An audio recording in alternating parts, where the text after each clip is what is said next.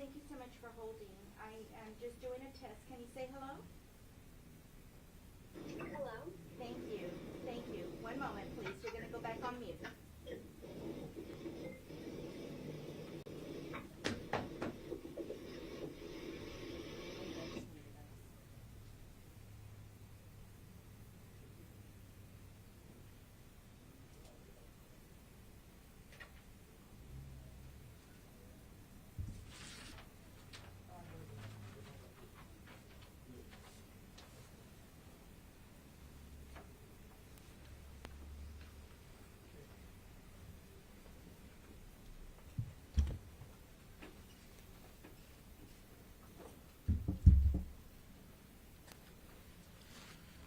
Good morning, everyone.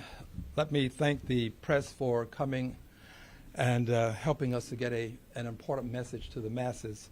And I do believe this to be exceedingly important because it involves a public service. I'm Al Green. I'm a member of Congress. I'm not a spokesperson for the United States Postal Service. I believe that the United States Postal Service should be making these statements today or should be addressing the press. I have met with members of the Postal Service and explained to them that I believe they should be making statements to the press. I don't think written communiques are enough. I think the Postal Service has a duty, a responsibility, and an obligation to come before the press and explain the circumstances that are causing mail packages to be late. Some of them are exceedingly late. Some of them are very important. And you cannot in any way know what's in a package. Therefore, because you don't know what's in it, you have to assume that every package is important. Every package may have something that can actually have circumstances associated with a person's life. So we are going to ask the Postal Service here and now to come forward, meet with the press, establish a system such that you have a customer service representative available at the site out of the Missouri City annex that you have, such that they can explain to the public circumstances related to mail that the public perceives to be in the facility out of Missouri City, because the public receives information. These are your customers. They receive information indicating that their packages are in this facility and they'd like to have an opportunity to visit with someone. Phone calls are great if the phone is being answered by a person who can give information. You'll hear more about phone calls and how phone calls are not functioning as expected. Phone calls can work, but they apparently are not working for a good many people currently. It is my opinion that where you have few facts, you have a lot of speculation. And there is speculation now about what's going on at the facility. I'm not the person who can tell you what's actually happening because I haven't been there yet. I do plan to tour the facility along with my colleague who is not with me today for reasons associated with business that she's taking care of related to the government. This is Congresswoman Sylvia Garcia. Congressman McCall has also indicated an interest in this and will be working with us, so this is bipartisan. But I think that these facts can best be addressed by people who are intimate with the facts, who understand what's happening, and who can point to things that are good and point to things that they plan to improve. I think the Postal Service should do this. Now, while I don't work for the Postal Service, I am a member of Congress, and I have voted for hundreds of millions of dollars to support the Postal Service. I believe that the Postal Service is a necessity in this country. I want it to be the best in the world. And right now, given what's happening in the Houston area, I am concerned about the delivery of mail. I'm especially concerned about what's happening currently, but I'm also looking to the future. And as I look into the future, I'm concerned about the upcoming election. I'm concerned about mail ballots. I'm concerned about what can happen if ballots are not handled timely and appropriately. I'm concerned about how this can impact an election. So I beg the Postal Service, let's make sure that we get this right before we enter into the election season and we have all of these many ballots that you will have to function and negotiate with as we take care of the next election. Lastly, before I go to persons who are going to speak, I want you to know that they are experiencing growing pains, the Postal Service. I understand this. But the growing pains have to have with them an appreciation for what these pains are doing to the public. There's an adverse impact on many members of the public. We have 3 people that will be giving us their statements today. Their statements relate to packages that were to be received by them. I have information here for the press to focus on at some point if you'd like to. This is what they have received explaining the status of their packages. This information is important to them, and I'd like for the public to get an opportunity to see how this has functioned. But these 3 persons will explain in their own words the circumstances that they've had to deal with. The first person that I will call on, we will refer to as Miss Anonymous. Miss Anonymous. And we will do so because, quite candidly, her troublesome situation is one that she would not want to have published with her name associated with it. So, Rachel, would you bring this so that I can place it near the microphone, please? We have a speaker system that we will be utilizing that seems to work quite well until we really need it. So, Miss Anonymous, you are there, aren't you? Okay, we'd like for you to explain your story, if you would, to the public at large. You are on speaker, so you may start now, if you would. Yes, so I had actually purchased a dress in early October. Okay, now what was the reason for purchasing the dress? Yes, it was actually for my wedding. It was my wedding dress, and I had purchased it in early October, and they said that, they would ship it out by December, like early December, and they shipped it out, I guess, around December 21st or 22nd, and my expected delivery back then was December 27th or 28th. However, it did come to Missouri City, Texas, but then I guess it just went back to Virginia, after, I don't know, after it was just stuck there for 10 days, it went back. And then the lady who had made the dress for me, she shipped it again on January 3rd or 4th. And again, it was the same issue. Second time she shipped it out to me. And again, both the times the address was the same. Everything was the same. There was no issue with my address, nothing. But for some reason, it just kept getting stuck at Missouri City, the new facility over there. And this time it got shipped. It was stuck in Missouri City. And then for some reason, it just went to in transit. And after that, they told me, oh, it's here, or it's in North Houston. Oh, we don't know where it is anymore. We don't know what the shape of the package is. We don't know what the color of the package is. Oh, don't worry, we didn't lost it. It's somewhere here. We need to find it. They kept telling me things. So then I took matters in my own hands. The week of my wedding, Friday, I had gone to I had gone to the Missouri City facility, and I was standing outside in the cold for I think an hour. No one was really opening the door. Eventually, I think someone did open after an hour of just waiting. It was a custodian. I think he felt really bad for me, and he opened the door for me, and he said that he would speak to the supervisor. The supervisor came out, and he said, without even checking anything, without my tracking number, he just said, oh, we don't have your dress. It's not here. It has to be in North Houston. So then I went to North Houston, and thankfully someone over there helped me. But it was, but over there, they kept saying that, oh, it's here, but it's not here. Maybe you need to check Missouri City again, and we'll get back to you in 2 days, 3 days. And then that 3 days became a week. I got married. I had to borrow someone else's dress that I had to pay for, of course, because I rented her dress out.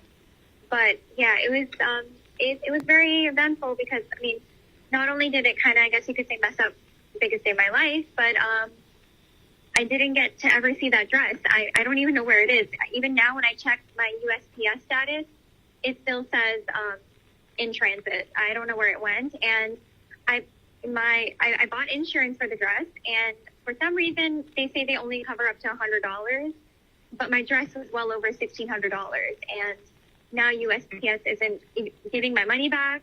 They lost the dress. God knows where my dress is, and it's just been a mess. Thank you. If you'll hold for just a moment, I'm going to allow press to ask you questions before I go on to the next person, if there is a question. Is there a question for Ms. Anonymous? All right. Having no questions for you, we will excuse you. I know that you're at work, so thank you very much for taking the time to be with us. And Thank you. if we need you, we'll call you back. All right, perfect, no problem. Thank you. All right. Thank you. Our next person that you will hear from is Ms. Ramirez. Ms. Ramirez has been very dutiful in taking care of a veteran. She will tell you the relationship that she has with the veteran, but she has had a troublesome experience with some medication. And I will allow her to give you the rest of the details and any additional information that she'd like to give you about her status with the veteran.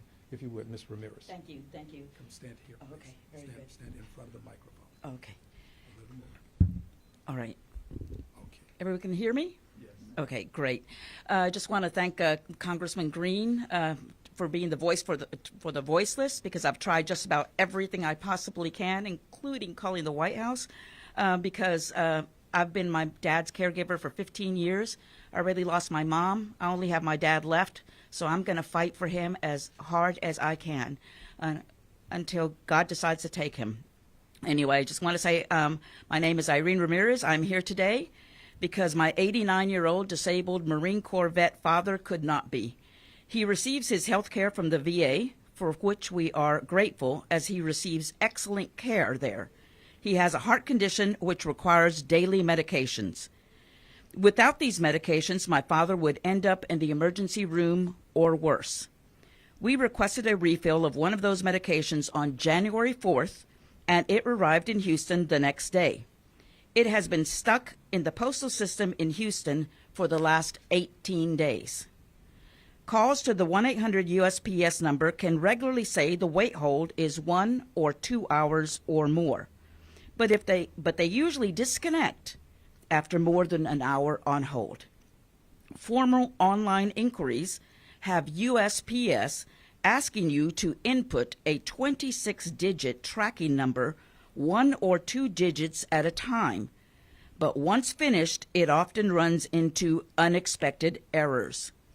If you finally do get the 26 digits accepted, it then says, "This package is ineligible for inquiry." I understand we are all fallible humans, but when the failures are ongoing and administrative and put people's lives at risk, I feel we need to stop and quickly reverse course. I sincerely hope the time for excuses has passed and the time for a remedy is near. For this, I want to thank Congressman Green for bringing this important issue to light and that much closer to resolution. That's it. Thank you. And we'll take questions in just a moment. We'll Okay. hear from our next speaker. Our next speaker is someone who has some special knowledge of how the system is supposed to work, the system that we will call the Postal Service system. She has been associated with this system for many years. She's a retiree. I believe her years of service would be about 19. And she has had a troublesome experience as well. So at this time, we'll ask Ms. Wiedrich to give her statement. Thank you. Thank you, Congressman Al Green, for giving me the opportunity to try and figure all this out. I work for the post office, and I also basically know a little bit about what was supposed to happen with a package. I had 2 packages. I ordered both of them on January the 2nd, and I didn't get no tracking number until about the 4th, and then so my first package only came from Georgetown, which you can drive there and come back in. It took 9 days for it to get to me, because it went to. This is what's so weird is I don't understand why this package traveled farther than I do when I'm on vacation. It came from Georgetown, then it went to Austin, and then it actually went to North Houston, that's where it should have gone to Magnolia. But then it went to Missouri City, then it went to San Antonio, then it came back to Missouri City, and then it finally made it to Magnolia. That was my first little package. This other package came from California. This is the package that I'm actually more worried about, because it actually came in the priority box of the U.S. Post Office. If we ever saw a box that was a U.S. Post Office box, that was, let's say, treated more urgently. The package wasn't damaged or anything, but it stood in Missouri City. I ordered it on the 2nd, and the package sat in Missouri City, came to Missouri City on the 4th. Then it went in transit on the 8th. So from the 4th to the 8th, it was in Missouri City. Then it finally came to me in Magnolia on the 19th.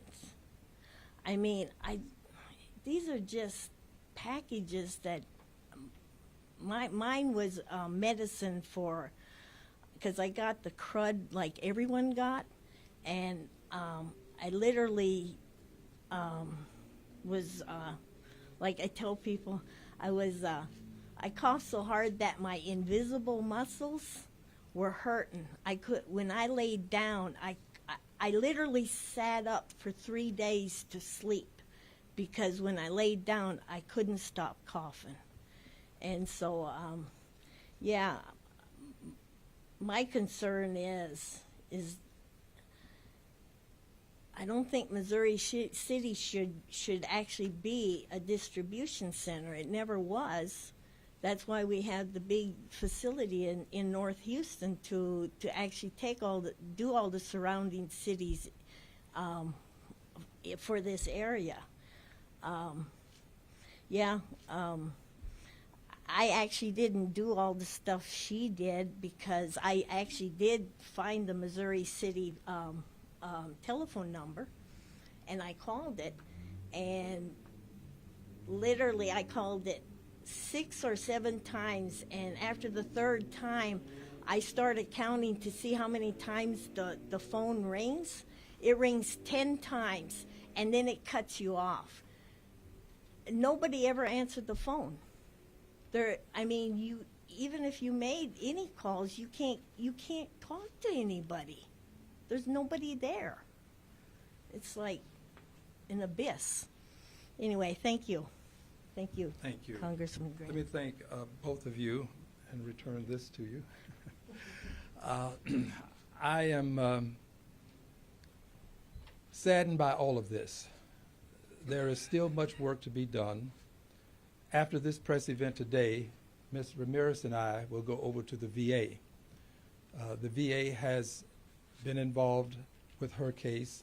We talked to them on Saturday, and they are going to assist with the medication.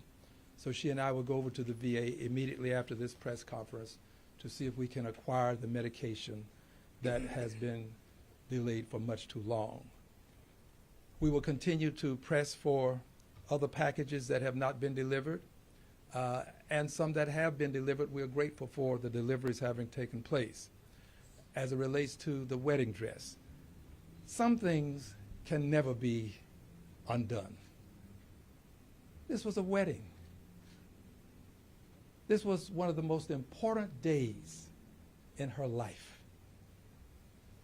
And she did not have probably the most important piece of paraphernalia associated with the wedding. When the bride enters, everybody looks at the dress. It's the dress and the bride. That is the center of a wedding, the centerpiece, if you will. She, quite frankly, is not only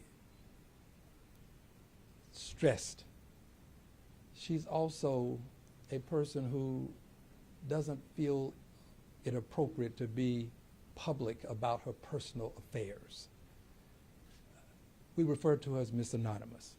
If you happen to know her name by some means you've acquired it perhaps, I would ask that you kindly not submit it. She has made this request of me, and I've tried to honor it, and I would ask that you, as members of the press, that you would do a similar thing. She's a very private person, and a wedding was her private event, and it did not go off as planned for many, many months after many, many months of planning. What will we be doing going forward? Well, several things.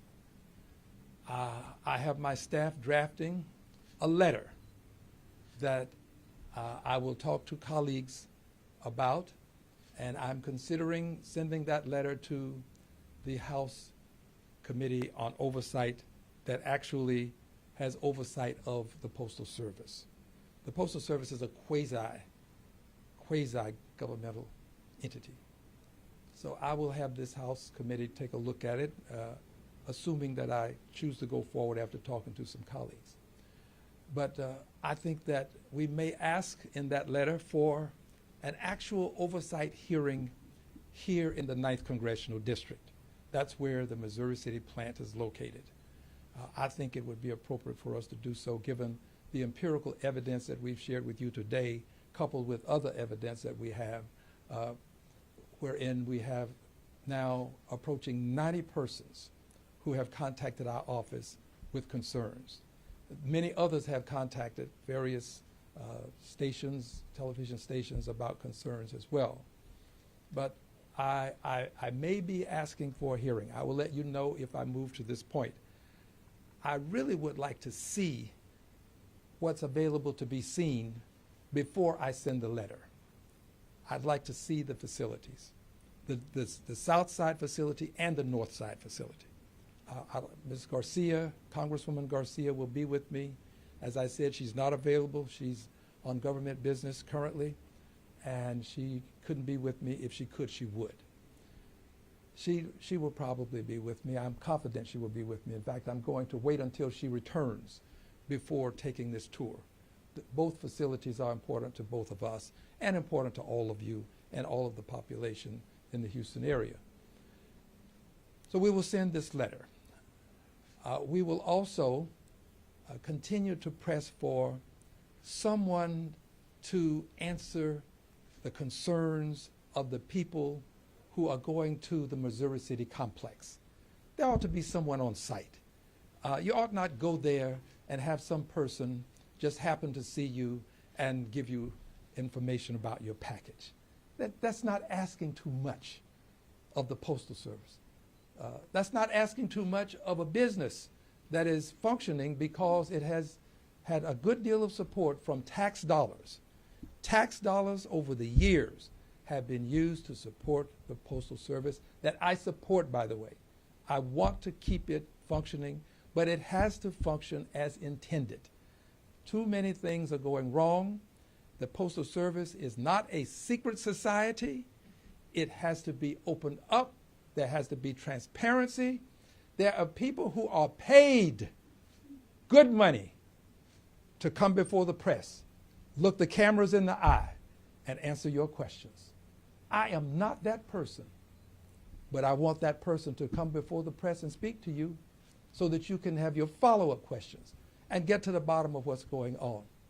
Quite frankly, I think that there may be a fairly good explanation.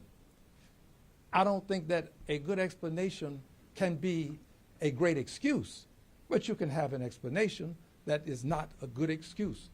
The explanation seems to evolve around new technology. People are addressing the technology and acquiring the necessary skills to utilize the technology appropriately. All good things. But here's the problem. You ought to test the technology before you put it into actual use. You should have some sense of how this is going to function, because the packages should not be delayed. They should be delivered timely and appropriately. Now, I'm going to just mention one of these because I want you to get a sense of what you can see. And I probably, Rachel, no, I can't take it over with me, can I? Yes. Okay. Well, use my pointer. All right. Let's go to the wedding dress, Rachel. The wedding dress? Okay, Right here, the sir. wedding dress. Okay. All right. With the wedding dress, you can see here, this is Alexandria, Virginia, and this is January 6th. I don't know whether your cameras can get that close, but January 6th. And this is when the shipping label was created, and this is when the item then would move to its next point where we have some indication of what the contact was. It was in Virginia again on January 6th, and this is the point of origin facility, and then it moves on to where it arrived in a regional origin facility. That regional origin facility is a place that received it on January 6th as well. This is a distribution center in Maryland. And then we move up to another place, a regional facility, distribution center in Maryland, January 6th. So it's traveling in January 6th. But then on the 8th, it arrives at a facility in Missouri City, January 8th, 5:36 a.m.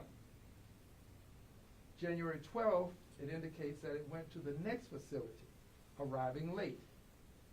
I'm assuming that that facility might be the Northside facility, but I can't tell from what is here. But this is the kind of information that the customer receives, and I wanted you to see this so that you can understand how little they know about their packages, just enough to know that it's at the Missouri City Center, but not enough to know where it has moved to after leaving the Missouri City Center. Now, Ms. Anonymous went out to the Missouri City Center, and I actually talked to her while she was there. She was under a good deal of stress, and she left there to come to my office, but she was told by someone that it might be at this Northside facility, so she went to the Northside facility and did not get it when she arrived there. And to this day, she has not received her wedding dress. I don't mean to overemphasize the wedding dress. The medication is exceedingly important, so please, I in no way would I want to say that one of these items is more important than another. I use this one because we still don't have the dress. $1,600 is what she has indicated she paid for it. In fact, she said more than $1,600. And she now has no dress, wedding taking place, had to borrow a dress, acquire a dress from some other source. This is kind of shameful, to be very honest with you. This is a shameful circumstance for us to have to deal with. I am of the opinion that somehow she ought to be compensated. And I'm not sure how that will happen, to be very honest with you.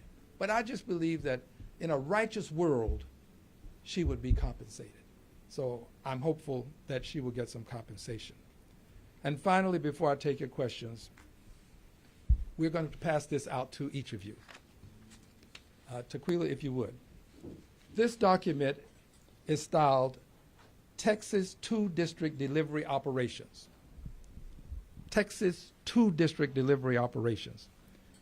And it has information concerning what has happened in 3 sites that were singled out in 2 districts. Now, that's not congressional district. These are districts that the post office has. This document speaks for itself. I'm going to allow you to read it and draw your conclusions about what's happening at these various facilities. You'll have it yourself. You read it. I am not impressed. I am not impressed. I think there is still work to be done. I would have anyone who has a package that you have not received, and if it's at that Missouri City site or you think it's there, you can call our office at 713-383-9234. It doesn't matter where you are in the world. You call our office, and if you want us to look into it, make an inquiry on your behalf, we will make an inquiry on your behalf. We'll have to send you what we call a privacy release form because this is your personal information. We don't have the right to just decide we're going to look into your personal information because it's important. You'll have to complete the privacy release form and get that back to us. Which brings me to this point. A good many people who have called, of this nearly 90 people, a good many of them have chosen not to give us privacy release forms. So I'm not going to give their names and tell you why they called because I didn't get a privacy release form from them. But for those that we do have privacy release forms, I can tell you that the issues vary greatly and that we are pursuing each one by making a congressional inquiry. So to summarize, we're going to continue to make the congressional inquiries. We will tour the two facilities. The UPS has indicated to us that USPS has indicated to us that they will allow us to come through. And I say allow because I don't have the authority to go over there and just say, open the door, let me in. But they've indicated that they will allow us to come through. And they've even gone so far as to say that we could have gone last week. But as you know, we were in Congress last week. There was some important business related to the government that had to be taken care of. So we could not get here to do it last week. And my colleague is out of town currently, not available, taking care of government business. So when she's back and we can get a date, we'll tour the facilities. That's the second thing.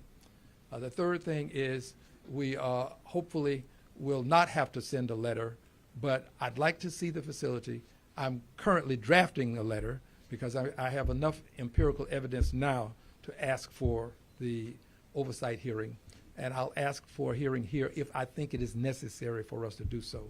A hearing here in Houston, I say here in Houston, in the 9th Congressional District. My district spans 3 counties. So it could be in Houston, not necessarily in Harris County, could be in Fort Bend County, could be in Missouri City. We'll decide on the location. My point is we might ask for this.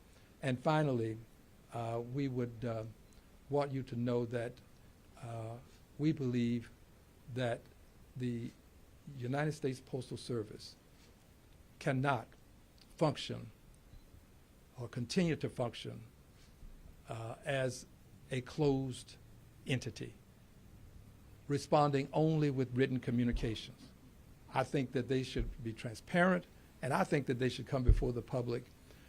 And I also believe that the local people that I have had an opportunity to work with have been very responsive to me. I think this is something that is related to the administration in Washington, D.C., and I believe that those administrators at some point will have to put their hands, their fingerprints on this to help us get it resolved. With that said, I welcome any questions that you might have. Yes, sir. Congressman, on Friday you said that you had received the Postal Service Office Inspector General report. This is a report that we have received, and I'm glad you brought that up. I also have an appointment to meet with the Inspector General. Okay. Sit down. I just need something to support myself. Okay. All right. Are you okay now? Yeah. All right. Okay. If you can sit if you like. Okay. All right. I have an appointment to meet with the Inspector General. I won't announce the date of it now, but Ms. Garcia and I will be meeting with the Inspector General to call some of these things to his attention and then to get some feedback on what can be done to improve the circumstance. So I think we're doing about as much as we can, but if somebody has another recommendation, I would gladly accept it and see if we can pursue it. Yes, sir. Just looking at this very quickly, it looks like at Correct. And it says with delays, something they noticed was insufficient staffing and lack of vehicle availability. To your knowledge, is that an issue? Could that be an issue at the processing centers, the larger processing centers in Houston? Well, they are very specific about where these things are happening in this report, and I would not associate them with another facility at this time. After I've had an opportunity to see it and ask them some questions, I might. But at this time, they are very specific about where these things are a problem, and there are problems. I would beg that you read this report, just as this reporter is doing currently, and you'll see that there are some things that are very troublesome, very troublesome. Okay, the next question? Yes. You last week referenced, and again today, about customer service of Yes. some sort in Missouri City. What benefit do you think that would be, aside from the folks showing up and hoping to speak to someone directly? Well, I think that's a benefit. I would not minimize having somebody that you can talk to give you some intelligence, some information about your circumstance. I think that's a pretty good thing to have, because persons have indicated that when they call, they're not getting the attention that you would merit with a phone call. There is no one, when you go out there now and you knock on the doors, there's not a person designated to come to the door and say, come in, let's talk about your circumstance. It's raining now. I would think that they would have some space carved out so that persons can come in and talk about their circumstance. If they don't, then the congressional office is going to be that place for people to contact. But I'm not an agent for them. I am not a spokesman for them. I will do all that I can to help the public get its mail. I'm an advocate for having mail delivered timely and appropriately. I'm an advocate for that. That's why I'm working with these persons with me today who have suffered some delay in their mail. Since your letter, what more have you heard from USPS, if at all? Well, the letter has not been responded to the extent that I have received a response. Now, if it's in transit, I will respect them for that. But I have not received a response to the letter just yet. We're waiting for a response. And if I don't get one, they'll get another letter. And at some point, if all of this does not help us, then we're talking about the hearing that I mentioned, wherein we'll have an oversight hearing, hopefully, have it here in the 9th Congressional District. And if that does not help us, then we will move to talk to the Postmaster General about it. If that doesn't resolve it, then we'll move to have oversight hearings in Congress about this. And if that doesn't resolve it, then we will take some, what I might call extreme action that will all be lawful, but will not be what we would ordinarily do to try to get their attention. Because sometimes to get the attention of people, you have to have other people to help you. And the public seems to be in the mood to help by expressing their displeasure at one of these sites, just to let people see that there are people who are extremely concerned about these things. So there are many things that we can do. I have not in any way concluded that this is the end. This is just one step along a journey to make sure that the mail is delivered timely and appropriately.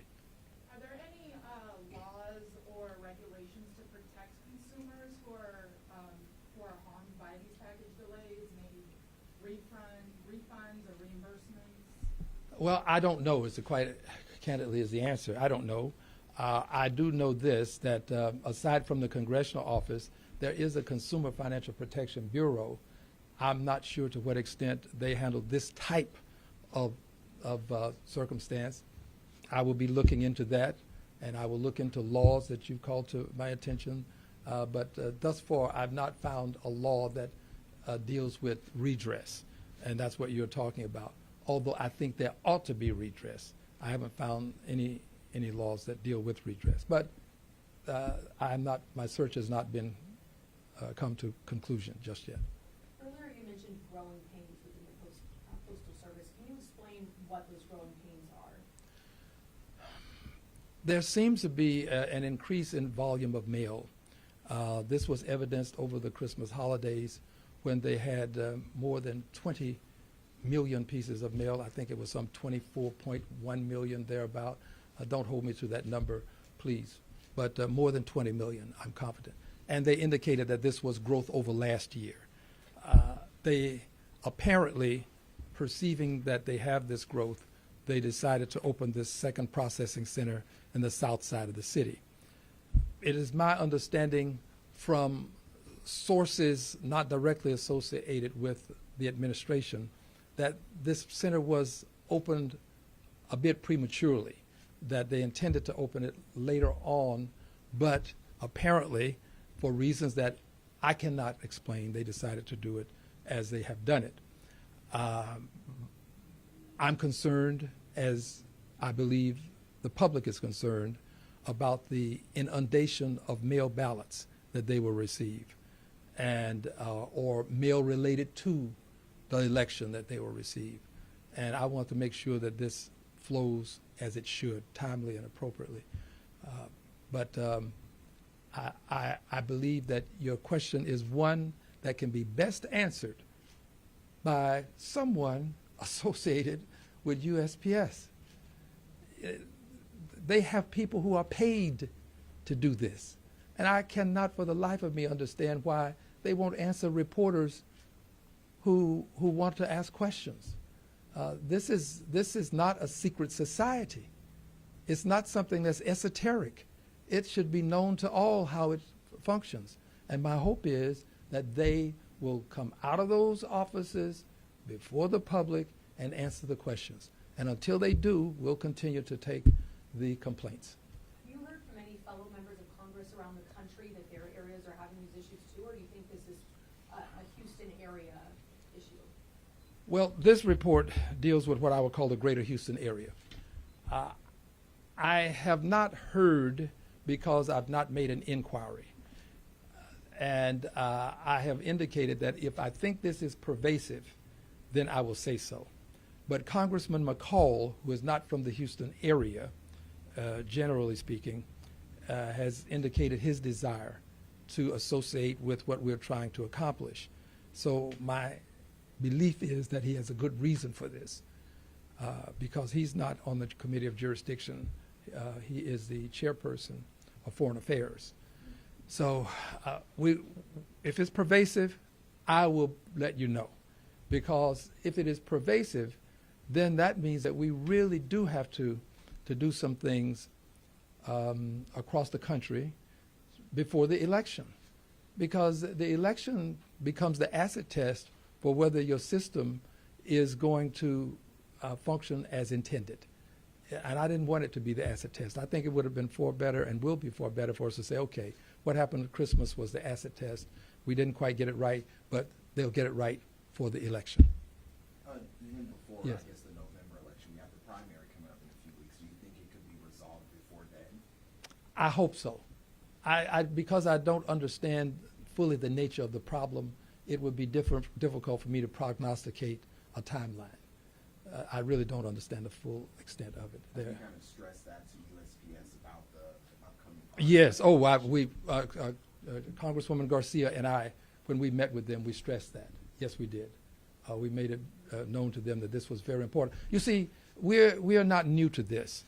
About a year or so ago, we were out at the North facility because of concerns with delays in the mail. So this is not our first, to borrow a phrase that we all are familiar with, rodeo, okay? It's not. We've done this before, and we plan to pursue it again to its logical conclusion. One more thing from me. You've mentioned, and we've heard from these nice women who have had trouble getting in touch with the post office. I know from a reporter's end, it's very challenging to get answers from the Postal Service. Are they responsive and working with you when you've asked to go and tour their facilities? Are they open to that? Have they provided any explanations, or are your inquiries going falling flat? Well, let's just leave it at their last response rather than go through how we arrived at it. And that is that they are amenable to having us come in to take the tour. So we'll see if that occurs. If it doesn't, we'll let you know. But what you said about not open to the press, that it really disturbs me, And I told them when I met with them that my expectation was that they would come before the press and answer questions about the service issues. I told them that I expected this, and I told them that if they did not do so, that I would tell the press that I told them I would make this request. So I don't understand why they assume that they can simply avoid speaking to the press when they are a quasi-governmental entity, when they've received billions of dollars from the federal government, when they're going to receive more money from the federal government, when they have a line of credit with the federal government. They ought to be standing before the cameras answering these questions. And we're going to push them in that direction. Yes, ma'am. The packages from today that we've seen are from early January, it seems, and have been in process or in transit throughout the month. When was the earliest time when we were seeing package delays currently? Well, I think we have intelligence indicating that we received something in December. I believe that around December. And for edification purposes, this is not an issue that I went looking for. I did not go out asking people, how's your mail service? Are you satisfied with your delivery service? I was standing at a post office, minding my own congressional business, when a reporter approached me and told me something that I did not know. I had no idea that a facility had been opened up in my district. Now, for further edification, it's not necessary for the post office to notify me when they open up an office in my district or a distribution center. I'm not on the committee of jurisdiction, so that didn't disturb me.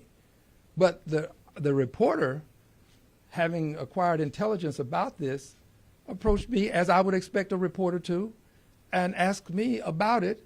And all I could do was indicate that I would be willing to look into it. And as I've looked into it, I found that what was said to me was correct, and there was even more to be said about the nature of the problem. So I'm grateful for good reporting that has caused me to do something that may help us with our elections. Yes, sir. Is it possible, can you step up to the mic and just pronounce your first and last name for all of us and spell it? Yeah. Thank you for asking her to do it. Brenda Weidrich, Wiedrich. How many years did you work in the Postal Service? I worked for the post office for 19 years. In DC? Spring, yeah. That's where I got the jacket. Do you still work there? No, I'm retired.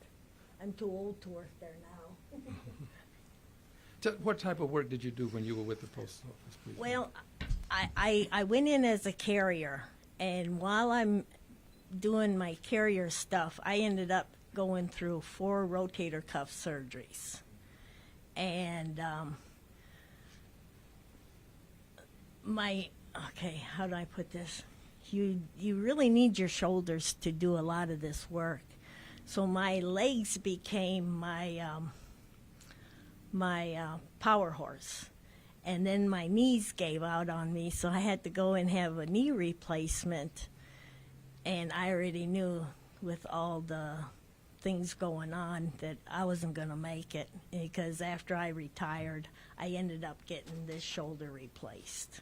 So I stick a So you were a carrier? Yeah, stick a fork in me, I'm done. Okay. But while she's standing here, I want to acknowledge the workers and the outstanding work that they do. I would not have this become an issue that is placed on the shoulders of the people who deliver the mail or the people who work in these facilities. This is a planning issue. This is an issue that is associated with policy. Those workers do outstanding jobs, and I support them. I support the Postal Service, and I will continue to support it because we need it. But there is a necessity for them to demonstrate more transparency and for them to bring the facts about these issues before the public. Any other questions before we let you go and you let us go? Yes, ma'am. Do you speak Spanish? Yes. Can you say something in Spanish, please? Okay. Okay. Sobre su casa. Okay. Please I'm come not to that the- good at Spanish. Okay. Come here to the Bueno. microphone. A little closer. Buenas tardes, me llamo Irene Ramírez. Estoy aquí tratando de resolver un problema que tenemos con el medicamento que no ha recibido mi papá. Es medicamento para su corazón y hemos estado esperando por más que 18 días. Este medicamento es la única manera que mi papá puede sobrevivir. Entonces, para mí es muy importante que este problema se venga a la luz y es gracias a el Congressman Green que estamos aquí. So, le doy muchas gracias. No, ¿me puede decir un poquito del background de su padre que mencionó? Sí, mi papá, 89 años y es un veterano, era de Marine Corps y se fue en Corea y peleó allí en el mero frente. Estaba en un pozo por 6 meses. Entonces, eso sucedió que tiene muchas condiciones médicas y lo están cuidando con los veteranos, lo cuidan muy, muy bien. No tenemos ninguna queja contra de ellos. Solamente el problema es que cuando necesita medicamento para sobrevivir, entonces es algo muy serio y no se debe que nomás perder y no haber ninguna manera de recurso. Entonces es el Congressman Green va a ir conmigo después de esto y juntos vamos a ir a recoger medicamento para que mi papá, si Dios quiere, siga viviendo. ¿Lo va a recoger a Missouri o...? No, el Congressman va a ir conmigo al VA de Bakey y ahí nos van a dar 5 a 7 días de medicina, todavía esperando porque aquí estamos desde el 5 al 19 todavía no y hoy el 22 todavía no lo recibimos. ¿Es la primera vez que le pasa esto? No, pasa muy seguido, pero está peor ahora. Casi siempre esperamos unos 4 o 5, quizás una semana más, pero al momento ya es 18 días. Okay. So, de nada. Okay. She impressed me. Thank you for that question. Any other questions before we conclude, friends? Just a concluding comment.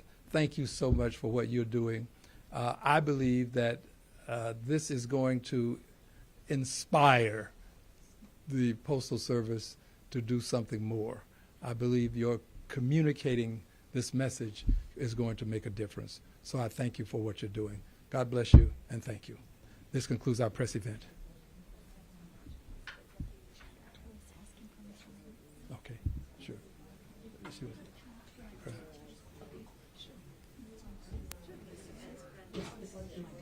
Okay. We ordered it on the 4th through My Healthy Vet. They were really great. From Copper, it went on the 5th. Got Massachusetts 6th, Missouri City 6th. Stayed at 11th in Missouri City, so that's 5 days. And ever since then, we have no idea where it's at. So it's from the 4th to the 22nd. Check, check, check, check. Check, check, check, check, check, check, check.